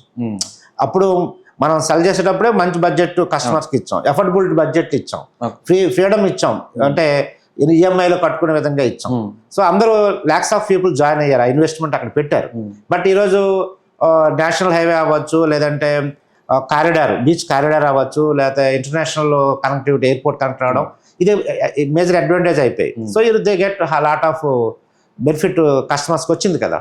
సో మన సెలక్షన్ అలాగే ఉంటుంది. మనం ఏ ప్రాజెక్ట్ అయినా ముందుగా సెలెక్ట్ చేసుకున్నప్పుడు మన ఎక్స్పీరియన్స్ అదే కదా. 30 years చైర్మన్ గారి ఎక్స్పీరియన్స్ కానీ, ఒక ఆల్మోస్ట్ అందరం కూడా ఆయనతో ఉన్న ఫ్యామిలీ కానీ, ఒక ఇన్వెస్టర్ని ఎలాగా మనం సెక్యూర్ చేసుకోవాలి అనే దాని మీదే ప్రాజెక్ట్స్ డిజైన్ చేసుకుంటాం. అంతేగాని ముందే చెప్పాను కదా, మనకి ఇది తక్కువకు వస్తుంది, ఇది కొనేద్దాం, ఇది కొనేసి ఏదో కస్టమర్కి దాన్ని మార్కెట్ చేసేద్దాం, ఫోర్స్ మార్కెట్ చేద్దాం, లేదంటే మన గుడ్ విల్తో వాళ్ళు ఇబ్బంది పెడదాం అనేది ఏం లేదు. బట్ ఫ్రీడమ్ కస్టమర్కి ఇన్వెస్ట్మెంట్ సెలక్షనే మనం మంచి ప్రాజెక్ట్స్ చేస్తున్నాం. అందుకే మనం ఎప్పుడు ఫార్మ్ ల్యాండ్ జోలికి వెళ్ళే. సిటీకి అవుట్స్కట్స్లో 40-50 kilometers మిడిల్ క్లాస్ సెగ్మెంట్ని అక్కడ పెట్టేసి ఇబ్బంది పెట్టాలని అనుకోవాలి. ఈవెన్ వ్యాపారం తక్కువైనా మంచి ప్రాజెక్టులు చేయాలనేదే మన ఫ్యూచర్ విజన్ కూడా. ఇప్పుడు లాస్ట్ 3 governments చేంజ్ అయింది. అంటే ఫస్ట్ ఒక గవర్నమెంట్, తర్వాత ఇంకో గవర్నమెంట్, ఇప్పుడు ఇంకో గవర్నమెంట్ వచ్చింది. సో ఈ 3 changes వల్ల అంటే మార్కెట్కి కానీ, కంపెనీ ప్రకృతి అనే కంపెనీకి కానీ మార్కెట్ చేంజ్ అయిందా, డ్రాప్ అవుతూ వచ్చిందా, పెరుగుతూ వచ్చిందా మార్కెట్ అనేది ఏపీలో జనరల్గా గవర్నమెంట్ చేంజెస్ అవ్వడం వల్ల మార్కెట్ రియల్ ఎస్టేట్ ఇంపాక్ట్ ఉంటుంది. ఎక్కడైనా ఎనీ స్టేట్, నాట్ ఓన్లీ మనకి సౌత్ స్టేట్స్లో ఎక్కువ ఇంపాక్ట్ ఉంటుంది. సో ఏ గవర్నమెంట్ అయినా సరే ఒకసారి 5 years వచ్చిన తర్వాత మళ్ళా సేమ్ గవర్నమెంట్ రిపీట్ అయితేనే రియల్ ఎస్టేట్ చాలా ఫాస్ట్గా మూవ్ అవుతుంది. మళ్ళీ గవర్నమెంట్ చేంజ్ అయిందంటే స్టేబుల్ అయిపోద్ది మార్కెట్, అంటే గ్రోత్ ఉండదు, స్టేబుల్ అయిపోద్ది. సో మళ్ళీ అదే గవర్నమెంట్ మళ్ళీ రిపీట్ అయింది అనుకోండి, దాని తాలూకా స్పీడు చాలా ఫాస్ట్గా ఉంటుంది. సో మనకి అప్పుడు టీడీపీ గవర్నమెంట్ టైంలో మార్కెట్ బాగుంది. తర్వాత వైఎస్ఆర్సీపీ వచ్చిన తర్వాత వైజాగ్ క్యాపిటల్ సిటీ అనే ఒక కాన్సెప్ట్ మీద 2019 నుంచి 2021-22 వరకు కూడా ఇంకా జనాలు అదే హోప్ మీద ఉండడం వల్ల కూడా మార్కెట్ బాగుంది. తర్వాత ఇప్పుడున్న గవర్నమెంట్ పాలసీస్ వల్ల స్టేబుల్ అవుతుంది మార్కెట్. సో ఇప్పుడు మధ్యలో వైజాగ్ క్యాపిటల్ అన్నారు, తర్వాత అది మార్చి అమరావతి క్యాపిటల్ అన్నారు. దీనివల్ల ఏమైనా చేంజ్ అయిందా? పెద్దగా చేంజ్ లేదు. అంటే వైజాగ్ క్యాపిటల్ అయితే బాగుండనే అనుకున్నారే తప్ప Vizag it self is having geographical importance ఉంది. వైజాగ్ అనేది ఇన్వెస్టర్స్కి సేఫ్ జోన్ ప్రెసెంట్. ఇప్పుడు కూడా అప్ అండ్ డౌన్ ఉండదు. ఈవెన్ హైదరాబాద్ మార్కెట్ కానీ, మిగతా మెట్రో సిటీస్లో మార్కెట్ కానీ, ఈవెన్ స్పెషల్లీ మన అమరావతి, విజయవాడ మార్కెట్లో కూడా అప్ అండ్ డౌన్స్ ఉంటాయి. కానీ వైజాగ్ రియల్ ఎస్టేట్ మార్కెట్లో డౌన్ఫాల్ ఉండదు. కాకపోతే స్టేబుల్ అవుతుంది 1 or 2 years 3 years. మళ్ళీ అగైన్ పాలసీస్ బాగుంటే ఇంకా స్పీడప్ అయిపోతుంది. సో నేను నా ఆలోచన ప్రకారంగా క్యాపిటల్ సిటీ వల్ల వైజాగ్ మార్కెట్ గ్రో అయింది, బట్ దానివల్ల పెద్ద ఇంపాక్ట్ అయితే లేదు. సో మీ అంచనా ప్రకారం next 5 to 10 years Vizag market ఎలా ఉండబోతుంది? 5 to 10 years వైజాగ్ మార్కెట్ అయితే నా అంచనా ప్రకారం చాలా బాగుంటుంది. ఎందుకంటే లాస్ట్ 5 years మనం పాస్ట్ తీసుకుంటే కొంత గ్రో వచ్చింది మనకి టువర్డ్స్ నార్త్ సైడ్. చెప్పాను కదా మనకి మధురవాడ, ఇటు భీమిలి, భోగాపురం, ఆనందపురం ఏరియా చాలా ఫాస్ట్ గ్రో అయ్యాయి. అంటే ఎంత బాగా గ్రో అయ్యాయి అంటే 70-80% గ్రోత్ రేట్ వచ్చింది ఆ ఏరియాలో. సో కమింగ్ 10 years అంటే 5 years 2025 నుంచి 2030 లేదా 2035 వరకు తీసుకుంటే ఇప్పుడు ఉండేటటువంటి ఐటీ జోన్స్ డెవలప్మెంట్ రెగ్యులర్గా ఇప్పుడు గూగుల్ కానీ, ఇన్ఫోసిస్ కానీ, గవర్నమెంట్ ఇంకా ఐటీ సెక్టర్ డెవలప్ చేయడం, అలాగే మనకి బీచ్ కారిడార్ అనేది కూడా ఇంకా ప్లాన్ ఆఫ్ యాక్షన్లో ఉంది. కాబట్టి అది కూడా వస్తే టూరిజం వైపు చాలా డెవలప్మెంట్స్ వస్తాయి. Beach the longest beach in Vizag అంతే కదా. గోవా తర్వాత అంత పెద్ద బీచ్ వైజాగ్ ఉంది. డ్రైవ్ కూడా చాలా పొడుగ్గా ఈస్ట్ కోస్ట్ ఆఫ్ గోవా అంటాం మనం ఈ వైజాగ్. అంత పొడవైన బీచ్, దానికి కారిడార్ గాని వస్తే టూరిజం వైపు చాలా గ్రోత్ వస్తుంది. At the same time metro proposal కూడా ఉంది. అంటే ఇవన్నీ కూడా ఈ కమింగ్ 5-10 years లో ఇప్పుడున్న మనం ఏవైతే మాట్లాడుకుంటున్నామో ఇవన్నీ ఒక 5-10 సంవత్సరాల్లో వైజాగ్ వచ్చే అవకాశాలు ఉన్నాయి కదా. ఉన్నాయంటే దాని అర్థం ఏంటంటే గ్రోత్ రేట్ ఇంకా బాగుంటుంది, చాలా బాగుంటుంది నార్త్ సైడ్. అలాగే సౌత్ వెస్ట్ సైడ్ కూడా మనకి ఈస్టర్న్ నేవల్ కమాండ్, తర్వాత అచ్యుతాపురం సజ్జలు, ఇవన్నీ కూడా ఫార్మా, ఇంకా మిట్టల్ వాళ్ళు స్టీల్ ప్లాంట్ కూడా మనకి ఎలమంచిలి ఆ ఏరియాలో, అడ్డు రోడ్డు ఏరియాలో మిట్టల్ వాళ్ళది ఒక ప్రాజెక్ట్ ప్రపోజల్ చేశారు. దానివల్ల కూడా ఆ సౌత్ సైడ్ మార్కెట్ బాగుంటుంది. సో ఏదైనా Vizag is the best investment zone in future. ఈ 25 నుంచి 35 కల్లా మార్కెట్ అనేది మంచి హైప్ లో ఉంటుంది. So this is the right time to invest. Right time, very right time. అది 1 year లో ఎక్స్పెక్ట్ కాదు, 5 to 10 years లో ఇన్వెస్ట్మెంట్ కింద చూడాలంటే 5 to 10 years వెయిట్ చేయాలి. ఎప్పుడు కూడా land investment waiting 5-10 years. 1 or 2 years లో జరగదు ఎప్పుడు కూడా. సో ఇప్పుడు సౌత్ లో మనకి ఈ మధ్యన బాగా వచ్చిన కల్చర్ ఫార్మ్ ప్లాట్స్. అది మన ఇప్పుడు తెలంగాణ రీజియన్లో కూడా బాగా ఇప్పుడు ఉన్న డిమాండ్ అదే ఫార్మ్ ప్లాట్స్. లేఅవుట్స్కి ఉంది కానీ ఫార్మ్ ప్లాట్స్కి ఎక్కువ ఉంది. ఆ కల్చర్ ఇక్కడ వచ్చిందా ఇంకా? ఫామ్ హౌసెస్ ఫామ్ హౌసెస్ అంటారా, ప్లాట్స్ ఫార్మింగ్ చేస్తున్నారు? అదే అంటే జనరల్ ఫార్మ్ హౌస్ కోసం ప్లాట్స్ అంటే ఇప్పుడు విల్లా ప్లాట్స్ ఎలాగేస్తారో అలా ఫార్మ్ హౌస్ కోసం. యాక్చువల్లీ తెలంగాణ ఈవెన్ ఏపీలో కూడా ఫార్మ్ హౌసెస్ కాన్సెప్ట్ అనేది పర్ఫెక్ట్గా ఎవరు ఇంప్లిమెంటేషన్ చేయట్లేదు. ఫార్మ్ హౌసెస్ కాన్సెప్ట్ ఎలా ఉంటాయంటే తేజ, ఒక 100 acres 200 acres ఎక్విజేషన్ చేసి దాన్ని ఒక 1 acre కింద లేదా 2 acres కింద డివైడ్ చేసేసి వాటికి చిన్న చిన్న 20 feet రోడ్స్ ప్రొవైడ్ చేసి ఎలక్ట్రిఫికేషన్ ప్రొవైడ్ చేసి పీపుల్ అంటే ఇప్పుడు కాంక్రీట్ జంగిల్లో ఉన్నటువంటి మన సిటీలో ఉండేటువంటి హై క్లాస్ పీపుల్ కానీ లేదంటే మిడిల్ క్లాస్ సెగ్మెంట్ పీపుల్ కానీ వన్స్ అట్ ఎ టైం వాళ్ళు ఏదైనా ఫార్మింగ్ చేసుకోవడానికి వాళ్ళకి నచ్చినటువంటి ప్లాంట్స్ కానీ వెజిటబుల్స్ కానీ అలా ఫార్మింగ్ చేసుకునే విధంగా చేసేటటువంటి ప్రాజెక్ట్స్ ఏవైతే ఉంటాయో అవి చాలా బెస్ట్ ప్రాజెక్ట్స్. కానీ అది ఎక్కడ సెకండ్ హోమ్ కింద చాలా బాగుంటుంది. కానీ అది ఎక్కడ నాకు తెలిసి ఎవరు ఇంప్లిమెంటేషన్ చేయట్లేదు. అదేం చేస్తున్నారంటే నేను పాయింట్అవుట్ చేస్తానని కాదు, బట్ మిగతా వాళ్ళని వీళ్ళు ఏం చేస్తున్నారంటే ఫార్మ్ హౌసెస్ కాన్సెప్ట్లో ఎవరిని టార్గెట్ చేయాలి? As per my analysis middle class segment and above. ఇక్కడ ఏమవుతుంది, వీళ్ళు ఏం చేస్తారంటే దాన్ని పూర్ పీపుల్స్ టార్గెట్ చేస్తున్నారు. ఎలాగంటే ఎక్కడో ఒక ల్యాండ్ తీసుకొని ఒక 5 acres, అది ఫామ్ హౌస్ 5 acres ఏం చేస్తారు, 10 acres ఏం చేస్తారు? అది తెలంగాణలోనూ చేస్తున్నారు, అదే పని ఆంధ్రాలో కూడా చేస్తున్నారు. ఒక 100 acres 100 square yards 100 గజాలు 80 గజాలు ఇలాగా జనాలు చిన్న చిన్న వృత్తుల్లో ఉండేటువంటి ప్రాపర్టీ మీద ఉన్న ఇంట్రెస్ట్తో లేదా మార్కెటింగ్ పర్సన్ తాలూకా అట్రాక్షన్తో ఇన్వెస్ట్ చేసేస్తున్నారు. వాళ్ళు కష్టార్జిత 4 లక్షలు 5 లక్షలు పెట్టేస్తున్నారు. అవి ఎక్కడ సిటీకి ఎక్కడో 40-50 kilometers దూరంలో. సో ఇది ఏ కాన్సెప్ట్లో ఉపయోగపడుతుంది? రేపు పొద్దున ఏదైనా ఒక ప్రాపర్టీ ఇన్వెస్ట్ చేస్తాం అనుకో తేజ, అది వాళ్ళ పిల్లల చదువులకో లేదంటే హెల్త్ ఇష్యూస్ వచ్చినప్పుడో లేదంటే వాళ్ళ స్టడీస్ కోసమో అది ఏదైనా అమ్మేసుకుంటే అది ఉపయోగపడే విధంగా ఉండాలి. ఈ 80 గజాలు లేదంటే 100 గజాలు 40 kilometers దూరంలో వాళ్ళ అవసరాలకు ఎలా ఉపయోగపడుతుంది? సో అది రాంగ్ కాన్సెప్ట్ అని నేను అనిపిస్తున్నాను. అంటే ఫార్మ్ హౌసెస్ కాన్సెప్ట్ చేస్తే కొద్ది పెద్ద 1 acre ఇలా చేస్తే అది ఏదైనా నా దగ్గర 1 acre అంటే ఎవరైనా కొనడానికి వస్తారు. 100 గజాలు కొనడానికి 40 kilometers దూరంలో నేను ఎవరిని రీసేల్ ఎలా చేయగలుగుతారు? నా ప్రాపర్టీ ఎలాగా డిస్పోజల్ అవుతుంది? సో అది కరెక్ట్ కాదు. అంటే concept is good, but implementation చేస్తున్నటువంటి కంపెనీస్ సెల్లింగ్ చేసుకోవడానికి అంటే కాన్సన్ట్రేట్ చేస్తున్నటువంటి కస్టమర్ బేస్ బాగోలేదు. అది అలాగ ఉండకూడదు.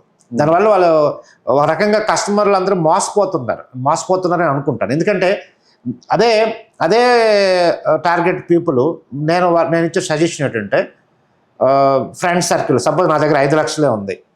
సో 5 లక్షలు దాటి నేను ఇన్వెస్ట్ చేయలేను. నేను చెప్పింది కరెక్టే, కృష్ణకాంత్ గారు ఇలా అన్నారని చెప్పి మనం ఫామ్ ల్యాండ్స్ కొనుక్కోకుండా ఎక్కడైనా కొందామంటే దెర్ ఇస్ నో పాసిబిలిటీ లేదు కదా. వైజాగ్ ఇప్పుడు ఎక్కడ కొనాలన్నా 20 లక్షలు 30 లక్షలు లేకపోతే 15 లక్షలు ఇన్వెస్ట్ చేయాలి. సో నేనేం చెప్తానంటే ఫ్రెండ్ సర్కిల్, ఇప్పుడు సర్కిల్లో నలుగురు ఐదుగురు, లేదంటే ఫ్యామిలీ సర్కిల్లో బ్రదరు సిస్టరు, అంటే ఎఫర్డబిలిటీ లేనప్పుడు ఒక ల్యాండ్ పుల్లింగ్ కింద, అంటే జాయింట్ కింద నలుగురు కలిసి ఒక ప్రాపర్టీ, ఇప్పుడు ఎక్కడో సమ్ ఏరియా, ఎక్కడ సమ్వేర్ 40 కిలోమీటర్స్ రేడియస్లో మనం ఒక 5 లక్షలు పెట్టి 100 గజాలు కొందాం అనుకున్నాను. నలుగురు కలిసి ఒక 20 లక్షలు పెట్టి భోగాపురంలో కొంటే ఎలా ఉంటుంది? సో ల్యాండ్ పుల్లింగ్ అంటే కస్టమర్స్ జాయింట్ అయ్యి ఇన్వెస్ట్మెంట్ చేస్తే అది it's giving lot of returns కదా. ఎక్కడో మనకు అవకాశాలు లేని దగ్గర వెళ్ళిపోయి అమ్మలేని పరిస్థితి, రీసేల్ చేయలేనటువంటి ఎప్రిషియేషన్ రాని ఏరియాస్ని సెలెక్ట్ చేసుకొని ఇన్వెస్ట్ చేసి బ్లాక్ అయిపోయి ఇబ్బంది పడే కన్నా నలుగురు కలిసి, ఈవెన్ యుఎస్లో కూడా ఇప్పుడు అదే జరుగుతుంది. యుఎస్లో కూడా ఇండియన్స్ ఒకప్పుడు ఇన్వెస్ట్మెంట్ చేయడానికి ఇబ్బంది పడేవారు, ఒక్కరికి అవకాశం ఉండేది కాదు. కానీ ఎప్పుడైతే ఈ నెట్వర్కింగ్ పెరిగిందో వాళ్ళంతా యూనిట్ అయిపోయి చిన్న ఇన్వెస్టర్స్ అందరూ కూడా ఒక 30 members, 40 members, even 100 members group form అయ్యి పెద్ద లాట్స్ కొంటున్నారు. అది వాళ్ళకి ఈరోజు సెల్లింగ్ ఈజీ అవుతుంది, గ్రోత్ రేట్ కూడా అబ్నార్మల్గా అవుతుంది, ప్రతి ఒక్కరికి అవకాశాలు వస్తున్నాయి ఇన్వెస్ట్ చేయడానికి. సో ఇది ఈజ్ ద బెస్ట్ ఆప్షన్ నేను అంటాను. ఓకే, ఇప్పుడు యుఎస్లో కానీ అబ్రాడ్లో, యుఎస్లో కానీ మనకి యూకేలో కానీ మిగతా కంట్రీస్లో ఎక్కువ అంటే ఇండియన్స్ చాలా ఇబ్బంది పడుతున్నారు. ఇప్పుడు అందరూ ఇప్పుడు మళ్ళీ ఇండియాలోనే ఇన్వెస్ట్ చేద్దాం అనే కాన్సెప్ట్ ఉంది. సో అబ్రాడ్ కంట్రీస్లో ఎక్కువ వెళ్ళింది మన తెలుగు వాళ్ళు ఎక్కువ ఉన్నారు. సో ఇప్పుడు వాళ్ళకి ఇప్పుడు మళ్ళీ దే ఆర్ కమింగ్ బ్యాక్, ఇక్కడ ఇన్వెస్ట్ చేయడమే మనకి ఎప్పుడన్నా బెటర్ అని అనేది ఉంది ఇప్పుడు. సో వాళ్ళకి మీరు ఎలా ప్రొవైడ్, అంటే ఇప్పుడు వచ్చి వాళ్ళు రాలేరు ఇప్పుడే, సో వాళ్ళకి ఎలా ప్రొవైడ్ చేస్తారు? అంటే వర్చువల్ టూర్స్ చేస్తున్నారా, లేదంటే వాళ్ళు మామూలుగా వెబ్సైట్లో వాటిల్లో చూసి ఆ నమ్మకంతో వాళ్ళే కాంటాక్ట్ చేస్తున్నారా? అంటే మనకి మీరు అన్నట్టు ఎన్ఆర్ఐస్ ఇన్వెస్ట్మెంట్ చేయాలి మన ఆంధ్రాలో కానీ తెలంగాణలో కానీ. అంటే బేసిక్గా ఇప్పుడైతే కొద్దిగా ఈజీ అయ్యింది మనకి. ఒకప్పుడు మనం ట్రెడిషనల్ మార్కెటింగ్ స్టైల్లో వాళ్ళకి అంత ఆప్షన్స్ ఉండేవి కాదు. ఇప్పుడు ఎప్పుడైతే మనం డిజిటల్ మార్కెటింగ్లోకి వచ్చామో మనకి వాట్సాప్స్ కానీ, లేదంటే walk through 360 degrees walk throughs కానీ, లేదంటే డ్రోన్ ఫుటేజెస్ ద్వారా కానీ, లేకపోతే యూట్యూబ్, ఇన్స్టాగ్రాము, ఇవన్నీ కూడా ఫేస్బుక్, వీటన్నిటి వల్ల వాళ్ళకి కొద్దిగా అడ్వాంటేజ్ వచ్చింది. అంటే మన ప్రొడక్ట్ని ఇంటర్నేషనల్ లెవెల్లో మనం ప్రొజెక్షన్ చేయడానికి స్కోప్ దొరికింది.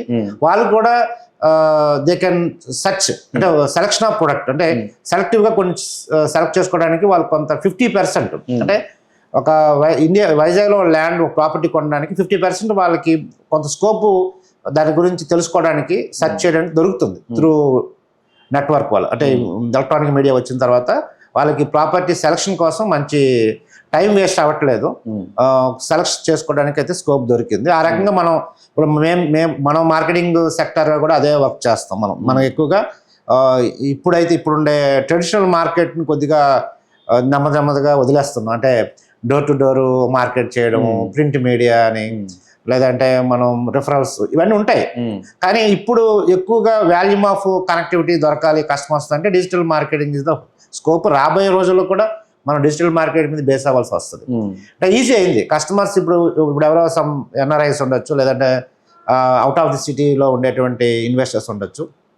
వాళ్ళు ఒకసారి వైజాగ్ వచ్చి ఒక ప్రాపర్టీ కొనాలంటే 4 రోజులు పడుతుంది.